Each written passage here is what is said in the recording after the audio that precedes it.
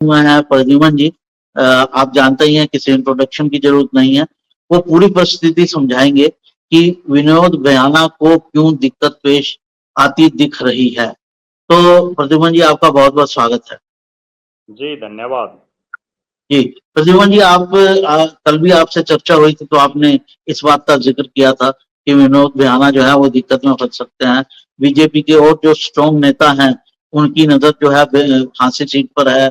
DP वत्स हैं, lieutenant general DP वत्स हैं। उनका वो कोशिश कर रहे हैं फांसी से। दूसरी तरफ राव इंद्रजीत और धर्मवीर सिंह जो है, उन्होंने एक सभा रखी हुई है फांसी हल्के के अंदर, जहाँ करीब 6-7% यादव वोट भी है और जाट वोट अलग से है। तो ये मिलजुल कर इनकी कोशिश है कि यहाँ से उनके किसी प्रत्याशी को सीट मिले। तो पूरा माहौल क्या बन रहा है, जरा विस्तार से हमारे दर्शकों को बताइए। देखिए, इस बार जो हंसी विधानसभा क्षेत्र का चुनाव है वो बड़ा रोचक होने वाला है। और चुनाव से पहले प्रत्याशी किस पार्टी का कौन होगा वो उससे भी ज्यादा रोचक बनता जा रहा है। हंसी विधानसभा क्षेत्र में इस बार तमाम पार्टियों में टिकटों को लेकर के बड़ी मारामारी दिखाई दे रही है। और भारतीय जनता पार्टी में विशेषकर चूंकि बीजेपी सत्ता में है तो उस पर ज्यादा फोकस रहता है कि सत्ता पक्ष से कौन प्रत्याशी होगा। विनोद भ्याणा की टिकट इस बार जिस ढंग के हालात दिखाई दे रहे हैं, तो अगर ये कहा जाए तो कोई बहुत बड़ी बात नहीं है कि उनकी टिकट कटना लगभग तय दिखाई दे रहा है।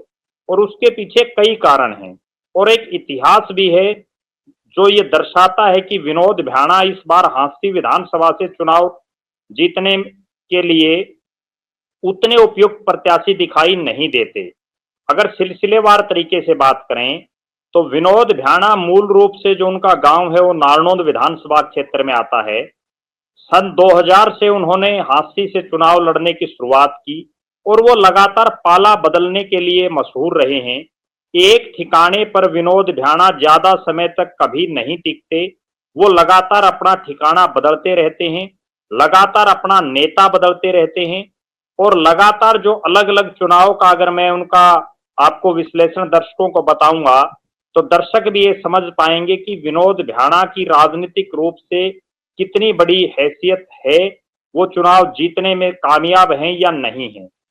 उन्होंने सन 2000 में पहला चुनाव लड़ा कांग्रेस पार्टी की टिकट पर और तब वो चौथे स्थान पर रहे। उनको 11,000 के आसपास वोट मिले और बड़ी बुरी हार उनकी हुई। 2005 के चुनाव में कांग्रेस पार्टी ने उनकी टिकट काट दी और इस बार वो निर्दलीय चुनाव लड़े। निर्दलीय चुनाव लड़ने के बाद वो फिर से चुनाव हार गए। 2009 में उन्होंने हरियाणा जनहित कांग्रेस भजनलाल जो थी कुलदीप बिश्नोई की पार्टी, उसकी टिकट पर चुनाव लड़ा और वो कुलदीप बिश्नोई और चौधरी भजनलाल का इस इलाके में अपना एक प्रभाव रहा है। उस वोट बैंक के दम पर विनोद भ्याणा विधायक बन गए। लेकिन विधायक बनने के बाद उन्होंने कुलदीप बिश्नोई के साथ ऐसा गुल खिलाया कि वो तुरंत विधायक बनते ही कांग्रेस में शामिल हो गए और चौधरी भूपेंद्र सिंह हुड्डा के साथ चले गए। और उसके बाद उनको सरकार में मुख्य संसदीय सचिव भी बनाया गया।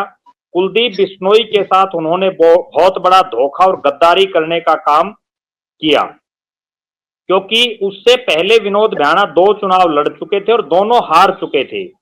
और ये निश्चित था 2009 में भी अगर वो कुलदीप बिश्नोई की पार्टी पर चुनाव नहीं लड़ते तो वो 2009 में भी चुनाव नहीं जीत पाते। इसके बाद विनोद भ्याणा 2014 के चुनाव में कांग्रेस पार्टी से उन्होंने चुनाव लड़ा और उस समय वो मुख्य संसदीय सचिव रहे थे और निवर्तमान विधायक थे। उसके बावजूद उनकी बुरी हार हुई और वो चौथे नंबर पर रहे। 2014 के चुनाव के बाद कुछ समय वो कांग्रेस में रहे। उसके बाद उन्होंने फिर से हृदय परिवर्तन किया और वो भारतीय जनता पार्टी में चले गए। 2019 में चूंकि भारतीय जनता पार्टी की इस इलाके में एक लहर चल रही थी, कांग्रेस का पूरे हिसार जिले में केवल एक विधायक जीता था, वो कुलदीप बिश्नोई। बाकी 6 जगह जेजेपी और बीजेपी के विधायक जीते थे। विनोद भ्याणा बीजेपी की टिकट पर चुनाव लड़े और वो चुनाव जीत गए।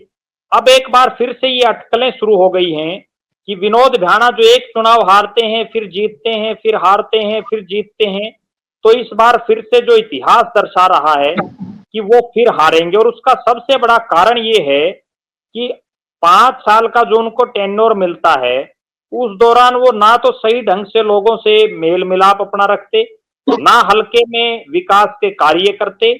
और एक सबसे बड़ी जो कमी दिखाई दे रही है वो ये है कि वो अक्सर जो उनके विरोधी नेता हैं, उनके कामों में टांग अड़ाने का काम भी बार बार करते हैं। ये जग जाहिर है। हांसी में एक मेम के बाग का बहुत बड़ा मामला जो राष्ट्रीय स्तर नहीं अंतर्राष्ट्रीय स्तर तक उठा, उसमें भी कहीं ना कहीं जो विनोद भ्याणा की जो भूमिका मेम के बाग में दिखाई देती है, उससे पूरी हांसी ही नहीं बल्कि हरियाणा प्रदेश के लोग वाकिफ हैं। इसके अलावा लगातार हांसी के अलग अलग इलाकों, चाहे वो शहरी इलाके हों चाहे ग्रामीण इलाके हों, वहां सरकारी कार्यों में भ्रष्टाचार, सरकारी दफ्तरों में भ्रष्टाचार की बातें बार बार उठती रहती हैं।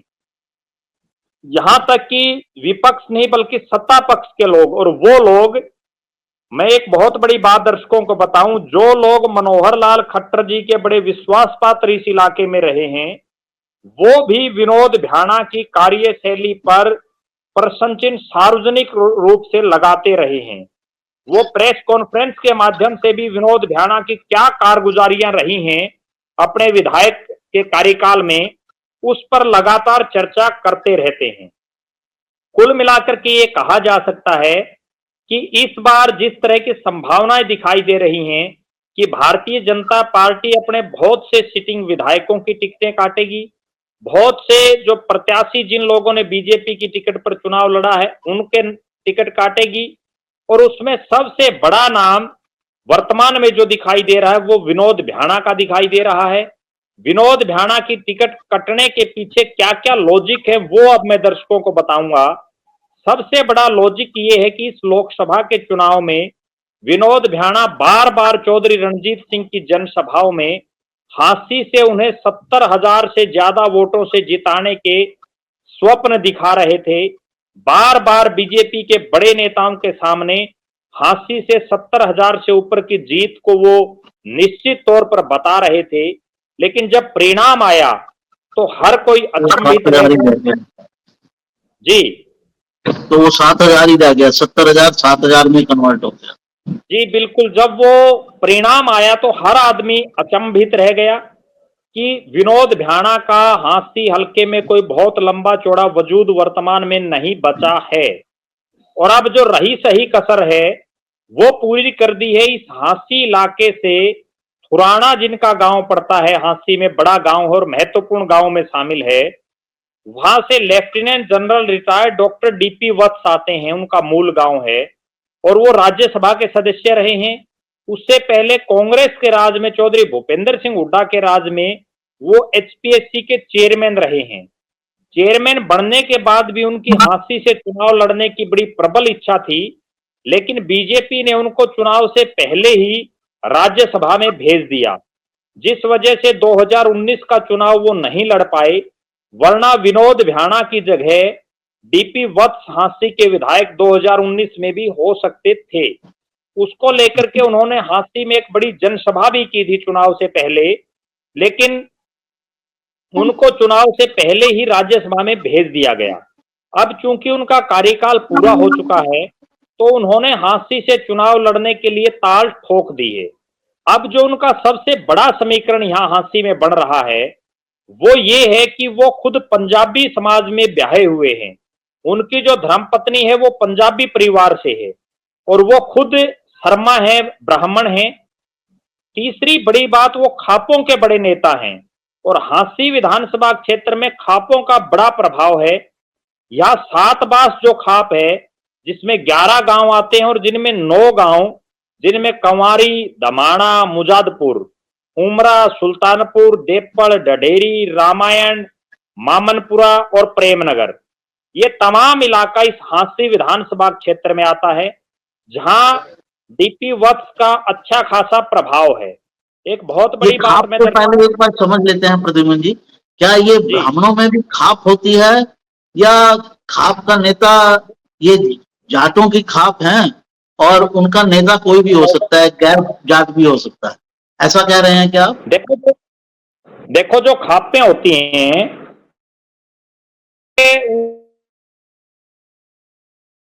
गोत्रों आपकी की आवाज खापें थोड़ी होती कट रही है, दोबारा से बोलिए एक हमारी बार। हाँ जी, अब आ रही। खापों के बारे में ये है कि कहीं तो स्रव जातीय खाप होती हैं जिसमें तमाम अच्छा। जातियां आती हैं, जैसे सतरोड़ है, जो जनरल डीपी वत्स है उस सतरोड़ खाप से आते हैं, जिसमें अच्छा। सारी जातियां हैं। उसमें गांव का एक इंडिकेशन होता है कि ये गांव इस सतरोड़ खाप में आते हैं।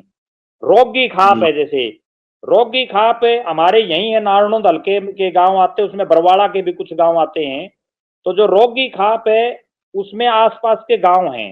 इसी तरह से जो सातबास खाप है, सातबास जड़िया खाप बोलते हैं, इसमें 11 गांव आते हैं, जिसमें 9 गांव हांसी विधानसभा में पड़ते हैं और जो 2 गांव हैं वो बरवाड़ा हल्के में पड़ते हैं। जी, तो इसके कुल अलावा जमा ये हुआ कि जो खाप है वो गांव आधारित खाप भी हो सकती हैं, और जी समुदाय आधारित सी जो है लेफ्टिनेंट जनरल वत्स जो है वो गांवों की खापों के नेता है। तो उससे आगे चलते हैं। जी। तो अब जो लेफ्टिनेंट जनरल डीपी वत्स हैं, उन्होंने जब से ताल ठोकी है तब से हांसी की जो राजनीति है वो बड़ी गर्मा गई है। एक बहुत बड़ी बात मैं और बताऊं, वो ये है कि हांसी में पुराने भाजपाई जितने भी थे या जो लोग टिकटों के दावेदार थे, उन सब में से अधिकतर को विनोद भ्याणा ने अपने कार्यकाल में पूरी तरह से खुडे लाइन लाने का काम किया, जिसकी वजह से वो लोग भी चाहते हैं कि विनोद भ्याणा की बजाय कोई नया चेहरा इस इलाके से चुनाव लड़े। अब मैं अगर दूसरा नाम जो दिखाई दे रहा है वो है राव इंद्रजीत और जो चौधरी धर्मवीर सिंह की जो जोड़ी है, जो अब यहां पूरी तरह से मैदान में उतर गई है। और उन्होंने 7 तारीख को 2 कार्यक्रम हांसी में रखे हैं। हांसी में जो यादव बाहुल्य जो गांव हैं, उनमें भी कई गांव यादव बाहुल्य हैं, जिनमें मुख्य रूप से जमावड़ी, ढाणा कला, ढाणा खुर्द, दमाणा, मामनपुरा और इनके अलावा कई अन्य छोटे गांव भी हैं जो यादव बाहुल्य गांव हैं। और वहां राव इंद्रजीत का अपना एक प्रभाव है, उनका जो गोत्र के लोग हैं वो भी इस क्षेत्र में हैं। और चौधरी धर्मवीर सिंह की एक खास बात यह है कि 2014 का लोकसभा चुनाव लड़ने से पहले बड़े जोर शोर से एक चर्चा थी कि चौधरी धर्मवीर सिंह हांसी से विधानसभा चुनाव लड़ सकते हैं। यह अलग बात है कि वो एमपी बन गए और उन्होंने विधानसभा का चुनाव नहीं लड़ना पड़ा। तो इन दोनों नेताओं का भी इस इलाके में प्रभाव है। अब ऐसा लग रहा है कि विनोद भ्याणा को ये तमाम जो बड़े नेता हैं, इनकी ये कोशिश रहेगी कि उनकी बजाय कोई नया चेहरा हांसी से भारतीय जनता पार्टी का प्रत्याशी बने। जी जी, तो कुल जमा ये कि विनोद भ्याणा पर जो है वो खतरे की घंटी मंडरा रही है। आप एक बात और जिक्र कर रहे थे कि विनोद भ्याणा जी को अगर टिकट नहीं मिलता है बीजेपी से, तो वो पार्टी भी बदल सकते हैं, फिर से वापस कांग्रेस में जा सकते हैं। जैसा आपने बताया, उनको पार्टी बदलने में कोई बहुत ज्यादा परेशानी होती नहीं है, बहुत सारी पार्टियों के जी। वो कर काट के आए हैं, महफिल सजा के आए हैं। तो एक बार फिर वो चुनाव तो वो लड़ेंगे, चाहे वो निर्दलीय लड़े। वो अजका से जीते थे, चौधरी भजनलाल की पार्टी से। भाजपा से आपने अजका, बताया अजका तो। बोला मैंने।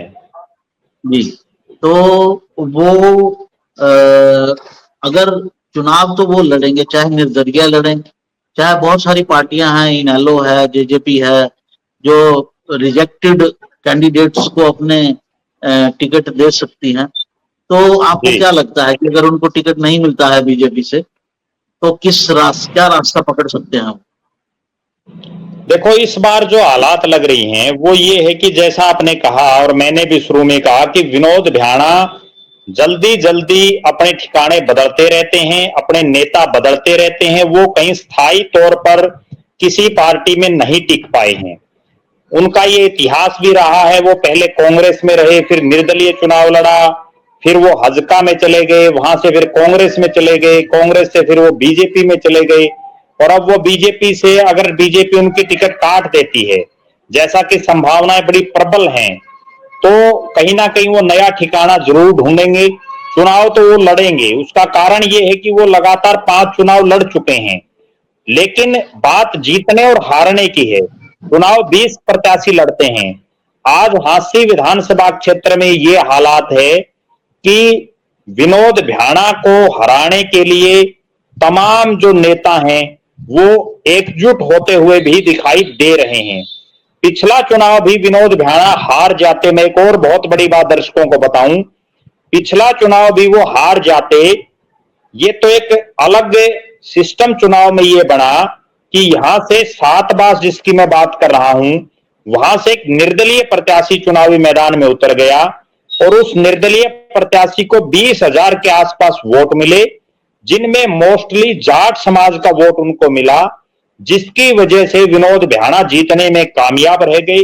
नहीं तो वो वोट उस समय विनोद भ्याणा की बजाय जो जेजेपी के प्रत्याशी जो खड़े हुए थे उनको वो वोट पड़ते और विनोद भ्याणा वो चुनाव हार जाते। लेकिन इस बार जिस तरह के हालात दिखाई दे रही हैं, इतना निश्चित है कि वो चुनाव लड़ेंगे, लेकिन लड़ेंगे किस पार्टी से वो समय की बात है। अभी एक प्रेस के किसी साथी से बात करते वक्त भी विनोद भ्याणा ने एक बात बड़े जोरों से कही कि वो हर हालात में हांसी से चुनाव लड़ेंगे। लेकिन पिछले जो 4-5 दिन का जो घटनाक्रम हुआ है, जिसमें डीपी वत्स द्वारा एकाएक हांसी से अपनी दावेदारी ठोक देना, राव इंद्रजीत और चौधरी धर्मवीर सिंह के द्वारा बड़ा झलसे का कार्यक्रम करना, कहीं ना कहीं इन नेताओं को भी ऊपर से कोई इंडिकेशन मिली होगी, तभी इतने बड़े नेता हांसी की सियासत में आए हैं। वरना तो डीपी वत्स राज्यसभा के सदस्य रह चुके हैं और राव साहब और चौधरी धर्मवीर सिंह फिलहाल एमपी हैं। वो अगर विनोद भ्याणा की टिकट की श्योरिटी होती तो ये नेता चुनावी समर में नहीं कूदते, हांसी के इस अखाड़े में नहीं आते। कहीं ना कहीं इनको ऊपर से इंडिकेशन मिला है और पिछले 4-5 दिन से जब से ये घटनाक्रम हुआ है, हांसी हलके की तमाम राजनीतिक जो लोग हैं, जो राजनीति को जानते हैं, उनमें इस चीज की चर्चा चल पड़ी है कि विनोद भ्याणा की टिकट कटने जा रही है। जी तो आपने कहा कि इसमें एक दाव जो खेला है वो राव इंद्रजीत और चौधरी धर्मवीर सिंह ने खेला है, तो क्या इनके पास जी। कोई कैंडिडेट है? जैसे एक कैंडिडेट तो लेफ्टिनेंट जनरल वत्स हो गए, तो क्या इनके पास भी कोई कैंडिडेट है वहां खड़ा करने के लिए? देखो, कैंडिडेट अभी फिलहाल ये नहीं कह सकते कि ये नेता किस पर दांव खेलेंगे। जी वो तो पहले ये जलसा ये इनका होगा, जो जनसभा है ये कितनी कामयाब होता है, इनका अभिनंदन समारोह। और एक बहुत बड़ी बात जो अभिनंदन समारोह में जो दिखाई दी, जो उसके पोस्टर लगे हुए हैं, उसमें भी कहीं विनोद भ्याणा का कोई फोटो नहीं है। ये इंगित करता है कि जो बीजेपी अनुशासनात्मक पार्टी है उसमें एक विधायक का फोटो ना होना कहीं ना कहीं ये दर्शाता है कि अब बीजेपी से विनोद भ्याणा के जो दिन हैं वो लदने वाले दिखाई दे रहे हैं। जहां तक आपने प्रत्याशी की बात की, हांसी हलके में लगभग 2 दर्जन के आसपास नेता फिलहाल चुनाव लड़ने के स्थिति में दिखाई दे रहे हैं। वो चुनाव लड़ना चाहते हैं। अब राव साहब और चौधरी धर्मवीर सिंह किसको अपना आशीर्वाद देते हैं, ये अभी कहना बड़ा मुश्किल है। जी, ये तो अभी बाद में डिसाइड होगा कि कैंडिडेट जो होगा वो राव इंद्रजीत और चौधरी धर्मवीर सिंह का होगा या पार्टी के आला कमान की तरफ से होगा। ये तो एक देखने वाली बात होगी। लेकिन आपने जो मौजूदा स्थिति है और जो राव इंद्रजीत और धर्मवीर सिंह का वहां पर जो सभा हो रही है, उसके कारण और उसका जो बैकग्राउंड है वो बहुत अच्छे से हमारे दर्शकों को बताया। तो आप साथियों, आपको पूरा ये क्लैरिटी हो गई होगी कि हांसी की जो सीट है वो थोड़ी फंसती हुई सीट है, वहां पर कैंडिडेट का बदलाव किया जा सकता है और बहुत सारे प्लेयर वहां पर एक्टिव हो गए हैं। प्रद्युम्न जी, आपने अपना समय दिया, आपका बहुत बहुत धन्यवाद। नमस्कार।